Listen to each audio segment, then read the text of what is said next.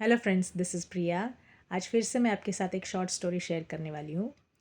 ये बात है, एक बार एक जंगल में एक कौवा पेड़ पर बैठा रो रहा होता है और उसी पेड़ के नीचे एक संत अपनी तपस्या कर रहे होते हैं। तो जब वो कौवा रोता है तो उसका एक आंसू उस संत के ऊपर गिरता है। तब वो संत ऊपर देखकर उस कौवे से पूछते कि क्या हुआ दोस्त, तुम क्यों रो रहे हो, तुम्हारी क्या समस्या है, क्या प्रॉब्लम है, मुझे बताओ ताकि मैं तुम्हारी हेल्प करूँ। तब वो कौवा बोलता है कि मैं बहुत परेशान हूँ, बहुत दुखी हूँ। देखिए ना, इस पूरे संसार में अगर सबसे घृणित कोई पक्षी है तो वो मैं हूँ। लोग मुझे मेरे रंग के लिए, मेरी आवाज़ के लिए मुझे कोसते हैं। मेरे रंग की वजह से लोग मुझे अशुभ मानते हैं। तो मैं इस वजह से बहुत दुखी हूँ। कोई मुझे पसंद नहीं करता, कोई मुझसे प्यार नहीं करता। तो वो संत कहते हैं कि अच्छा ठीक है, तुम रो मत, तुम बताओ मुझे कि मैं तुम्हारी ऐसी क्या सहायता करूं जिससे तुम खुश हो जाओगे। मैं अपने मंत्रों से तुम्हारी कुछ ना कुछ तो सहायता कर ही सकता हूँ। तब वो कौवा बोलता है कि ठीक है महाराज, आप एक मुझ पे रहम कर दीजिए कि मुझे कौवा ना रखते हुए मुझे हंस बना दीजिए, क्योंकि हंस बहुत सुंदर होता है और सभी उससे बहुत प्रेम करते हैं। तो वो महाराज कहते हैं, संत बोलते हैं कि ठीक है, मैं तुम्हें हंस तो बना दूंगा, लेकिन ये करने से पहले तुम एक बार जाके हंस से बात करो, उससे पूछो कि क्या वो सच में खुश है। अगर वो कहता है कि हाँ, तो मैं तुम्हें झट से हंस बना दूंगा। तब वो कौवा उड़ते हुए जाता है हंस के पास और वो हंस को जाके बोलता है कि हंस राजा, तुम इतने सुंदर हो, इतने खूबसूरत हो, तुम्हारा रंग इतना अच्छा है, सफ़ेद है, दूध सा सफ़ेद है, लोग तुम्हें इतना पसंद करते, तो यकीनन तुम बहुत ही खुश होंगे। तब हंस कहता है कि नहीं मेरे दोस्त, ऐसी बात नहीं है, मैं खुश नहीं हूँ। मेरा रंग पूरी तरह से सफ़ेद है, एकदम से बेरंग जैसा मुझे ऐसा जीवन लगता है, क्योंकि अक्सर लोग किसी के मरने के बाद सफ़ेद रंग ओढ़कर बैठते हैं। तो मुझे ये बात बहुत खटकती है, खलती है, मुझे बहुत बुरी लगती है। तो मैं खुश नहीं हूँ। तब ये बात सुनकर कौवा आश्चर्यचकित होता है और फिर वो बोलता है कि अगर ठीक है, तुम खुश नहीं तो फिर कौन खुश हो सकता है।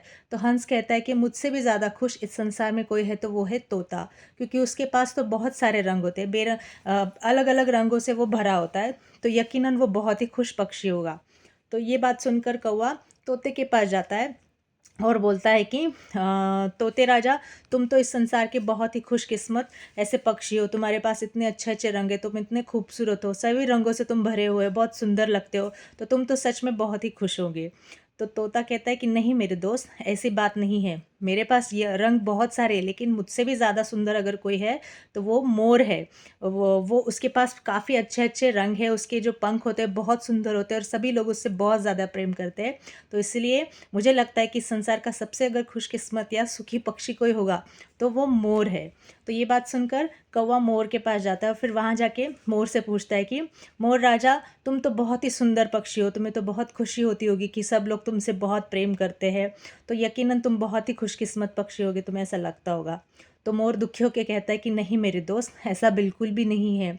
मैं यकीनन बहुत सुंदर हूँ, लेकिन मेरी ये सुंदरता मेरी कई बार जान ले लेती है। लोग अक्सर मेरा शिकार करते हैं, मेरे पंखों को निकाल के अपने घरों में सजाते हैं, मुझे पिंजरा घरों में डालते हैं और कई बार मुझे ऐसा कैदी के जैसा महसूस होता है। तुम सच में बहुत खुशकिस्मत हो। तो कौवा आश्चर्यचकित होकर बोलता है कि वो कैसे। तो देखो, तुम्हें लगता है कि तुम्हारे रंग की वजह से लोग तुम्हें घृणा घृणा करते हैं, तुम्हें पास नहीं लेते, लेकिन सोचो, तुम आज़ाद हो, तुम्हें कोई तंग नहीं करता, कोई परेशान नहीं करता है, तुम्हें कोई कैद नहीं करता है, तुम्हारा कोई शिकार नहीं करता है। तो इससे अच्छी बात और क्या हो सकती है, तुम सच में बहुत खुशकिस्मत हो। तो ये बात सुनकर कौवा वापस संत के पास जाता है और बोलता है कि मैं सभी पक्षियों से मिलकर आया और कोई भी खुश नहीं है। इससे मुझे ये बात समझ में आती है कि मैं जो हूँ, जैसा हूँ, मैं अच्छा हूँ।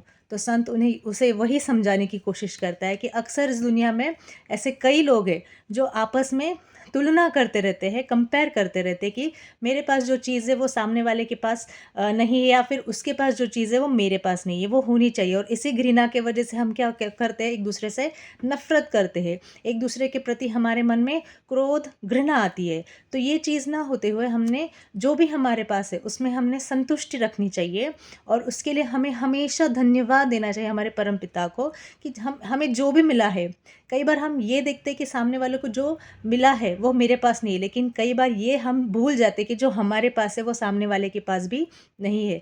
तो मेरे दोस्तों, आपके पास जो भी है उसमें आप खुश रहिए, संतुष्ट रहिए, धन्यवाद दीजिए हमारे परम पिता को और हमेशा ऐसे ही आनंदित रहिए। I hope you like this story. See you with another story some other time. Till then, take care. Bye.